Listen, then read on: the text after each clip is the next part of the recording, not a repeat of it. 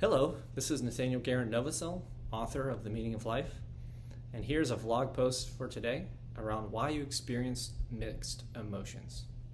So, many people wonder how they can feel mixed emotions such as happiness and sadness at the same time and what that means. In this vlog, we'll talk about whether it's possible to feel many emotions at once, how your emotions work, what they're telling you, and how you can respond based on their feedback. You can feel multiple, possibly conflicting emotions at the same time in three ways. First, you have conflicting emotions about the same topic. Second, you can be happy about one thing and sad about another thing, or one emotion about one thing and another emotion about another thing.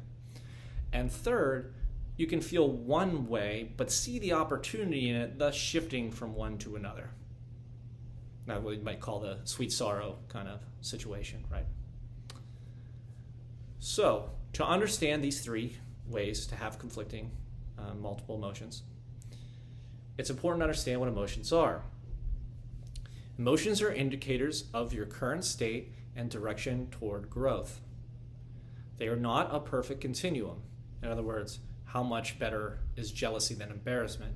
So, those are similar but kind of different emotions there. But they generally are on a scale from fear, hopelessness, depression, it's kind of negative, bad, harm, or afraid of harm based emotions, or expect harm emotions, to joy, love, elation, that's realization, growth, happiness emotions, right? If you are growing and focused on that, you're generally happy, right? If someone is harming you or your growth is inhibited in some way, you feel bad. You have sad, angry, bitterness emotions, and so forth. Now, the equation to determine why you feel how you feel is emotions equals desire plus belief plus experience. Now let's look at some examples. My favorite one is jealousy because it's the easiest one for people to get their mind around, or at least the easiest one for me to communicate. You want something or someone. That's your desire, right? You see someone else with it. That's your experience. And then third, you believe that you deserve it, and you believe it or him or her, and more importantly, you believe that they don't, right? So let's take a second example of admiration. And actually, we're going to take jealousy, we're going to change one element of that equation, and you'll see how the emotion changes when you change the parts of the formula. So, admiration. You want something or someone, that's a desire, same as jealousy, right? Second, you see someone else with it, that's the experience. Same thing as jealousy so far. So what's the difference? Belief. You believe that the person you're seeing earned it, and you would like to emulate them to achieve the same result. That's the difference. In jealousy, you want it, someone else has it, you wish you had it, you wish they didn't have it, you don't think they deserve it, so you're jealous, right? Instead of being admiring. So just take an example. Let's take Elon Musk for fun. So you might admire Elon Musk. Why? Because he's helping change the world, he's making a lot of money, he's running a successful business, he's helping millions, he's changing the lives of millions of people. Wonderful, right? So you admire him. Why? Because he deserves his success, right? Because he's works hard, does a good job, right? Now, what would cause you to be jealous of Elon Musk? Well, let's say you were, let's say you were someone else on that top Fortune 500 or the 100 richest people or whatever, and you were further down the list than him. And you want, $100 billion or $200 billion or whatever, and you think you deserve it, right? And you don't have it yet. And let's just say, for the sake of argument, that you don't necessarily think Elon Musk doesn't deserve it. You just wish you were him, and you're not there yet, and you're close, and you just I want to be there. Why can't I be there now? And it's your impatience and the fact that you believe you deserve it and you don't have it that causes more jealousy than admiration. Again, if you were happy and you were progressing well and you looked up at Elon Musk and thought it was great, and you want to get there too one day and you can't wait to do it, but can't really, it's the wrong word. You look forward to doing it, but you can wait. You're okay, you're patient, you get it. You're more likely to feel admiration than jealousy. Okay. So let's take two more. Happiness. You want something, desire. You believe it's good, as your belief. 3, you have it or you get it, experience, you're happy, right? So 1 ice cream cone, you know it's delicious, you get the ice cream cone, you eat an ice cream cone, you're happy. Pretty straightforward, right? Sadness is on the other side of the spectrum. Trying to do some opposites here, some further along the spectrum. You want something, you believe that, or you don't want something. You want to be healthy, you don't want to be sick or whatever. You believe that something is bad, right? Some bad experience is bad. And then you either get the bad thing or you don't have or lose the good thing. So either one of those, you're sad, right? You know, you lose a friend, and that's not a good thing, so you're not happy. So equation works for any emotion. They're generally on a continuum, but we get that, like, these are, like I said, jealousy and irritation or irritable and things like that. They're all going to be kind of different degrees. But you can think of them as a continuum of growth and harm, or expecting or perceived growth and harm. So if those are the case, if those are the examples, then how can you be happy and sad at the same time when they are opposite emotions? So let's take the 3 I mentioned a few minutes ago and break them down and the examples for them. So first, you can be in a situation where an event makes you happy in one way and sad in another. For example, you can receive a gift that would make you happy, but you might feel a little bad, say guilty or whatever, if you know or believe that the other person sacrificed for it. In another example, you could be happy that your best friend is getting married, but sad because either maybe you won't spend as much time with them, or you wish it could be you. Getting married, not to that person necessarily, although it could be. My best friend's wedding. But no. It's the same topic, it's the same thing, but different aspects of the topic trigger different emotions. Second, you could also be in a situation where you find out that you won the lottery, but also that your father just passed away. So in that case, you're happy about one topic and you're sad about the other, right? So you got mixed emotions, right? So, yay, I'm rich. Boo, one of the worst losses in my life happened. Those are 2 extremes just to make the point, but it could be, could be anything, any 2 things. And then finally, you can break a glass and be sad that it's gone, but then you can realize that you get to assemble it, you can mold it, or you get to buy new glasses and can be happy for the upcoming shopping experience. So that last one is the idea that it's like, well, that sucks, but on the positive side, that's what they call, find a silver lining and so forth. So it's the idea that you're able to kind of change your perception of the situation to find good in it. You can also do it on the bad side, though, too. Like, you can hit the lottery and go, oh, but those taxes are killer. It's like you took a good thing and then just totally took a giant sledgehammer to it by crushing the win. So if you experience mixed emotions, they're caused by one of the above scenarios.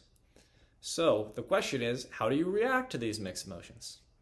Well, the first thing you can do is diagnose the cause that you would want to change.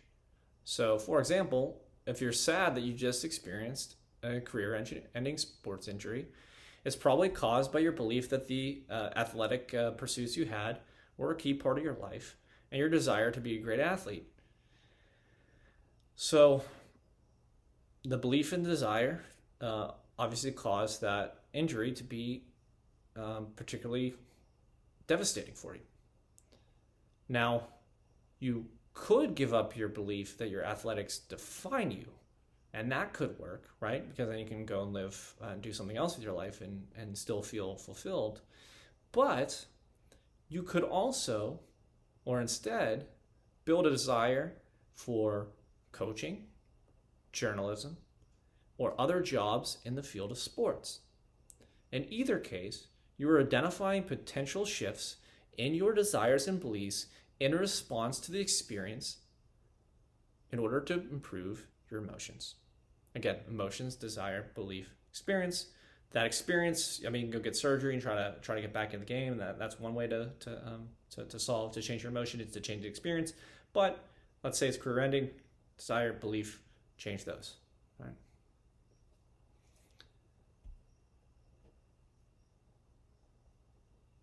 So, and as I mentioned, you can also maintain your desire and belief and focus on the experience of recovering. Um, and you can actually overcome the beliefs of the naysayers that said your injury was career ending. But all those are options to change your emotions. So, once you identify the root cause and explore which changes you can make, you'll actually have to make the change.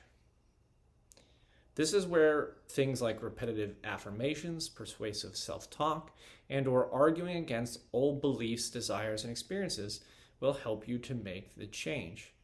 Now, this sounds difficult, and it is. But a belief is just something that you've thought or seen so much that you accept as true, whether or not it actually is. Both facts, such as I have always done things this way, and opinions, such as I'm not able to want anything else other than what I've lost, can change with enough work on them. In fact, sidebar, folks are familiar with cognitive dissonance, right? So when something in your reality contradicts your beliefs and causes that cognitive dissonance, you have, one of two things. You can change what's happening, you change your reality or change your belief, right? Something has to give, and that's why you have to ease that cognitive dissonance. And so that's where the sour grapes. Everyone knows the Aesop fable, sour grapes, right? So the fox is trying to get the grapes. They look juicy and yummy, and like, I want the grapes. So they're jumping up, can't get the grapes, and they're like, oh, they were sour anyway. And the reason why the fox told itself that is it couldn't get the grapes. So you can feel bad about the grapes, or you can tell yourself, wasn't worth getting the grapes anyway, so glad I didn't get them, right? So you might say that's lying to yourself. Well, it depends. Maybe they were sour. Maybe they weren't. The interesting thing about truth in this point is that, is it more important to state or know or tell yourself or believe what's true, or what benefits you or makes you feel better in this case?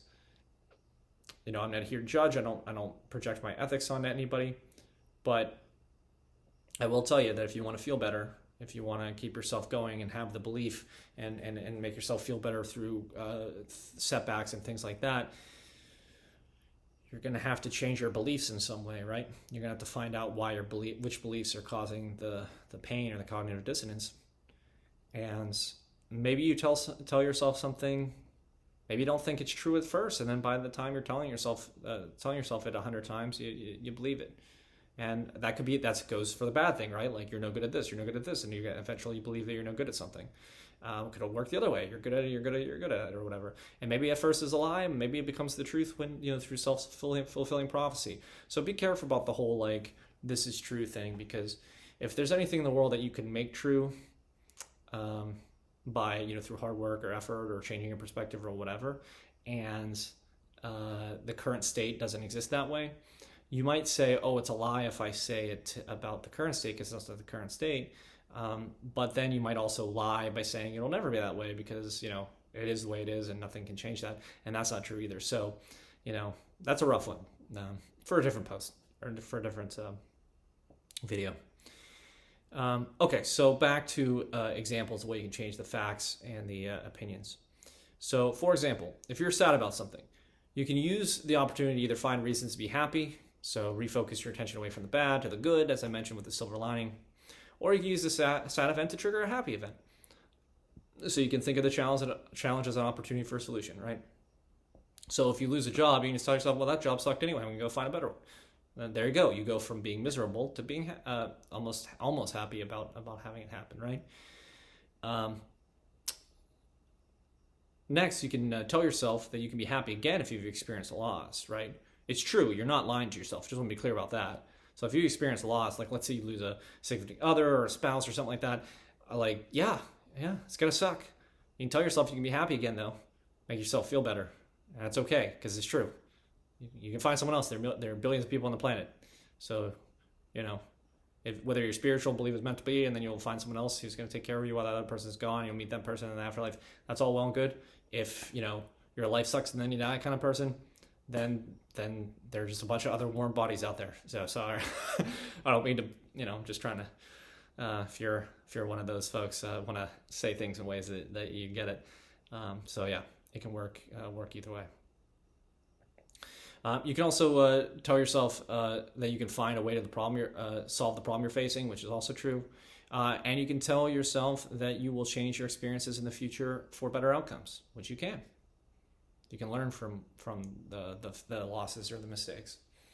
So these kinds of thoughts will help you shift your desires, beliefs, and future experiences to improve your emotional state.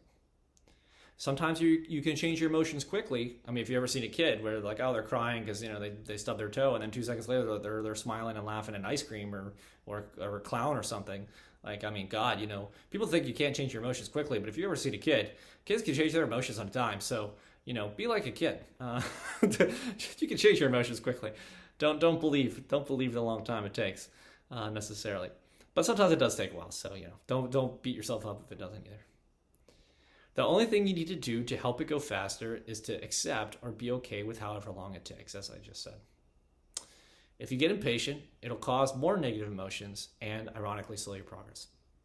So, if you can identify the mixed emotions and the underlying desires, beliefs, and experiences causing them, and then decide which parts need to change to improve your emotional state, you can master your reaction to them. So for more detail around how emotions act as life feedback mechanisms and all that other stuff, you can see the emotion chapter of The Meaning of Life, A Guide to Your Life's Purpose. It's all in there. And I appreciate the support if you do that. I hope it's useful. Again, just remember, it is a book for people who want to understand how life works. So it's not going to dazzle you with beautiful stories and parables and things. It's pretty darn literal. But if you want to just kind of get to the parts that you care about, if you have trouble with your emotions, jump straight to the emotion chapter. Has a lot of great recommendations for like the system through which you can process emotions and things. And so that'll really help you understand emotions as life's feedback mechanism. And if you do believe happiness is the meaning of life, and you're curious that I adamantly am opposed to that idea, because as I use all the time, the purpose of going to school is not to get an A, it's to learn. And the purpose of life is to grow, not to be happy. Because A's can be cheated. You can cheat to get an A, you can take drugs to be happy, and it's not the point of life. So you're welcome to check out that chapter if you want to have your beliefs tested. Speaking of testing your beliefs. But hopefully this was useful. If you have questions, check out some of my other videos, or feel free to reach out. And thanks so much. And hopefully you now understand why you experience mixed emotions.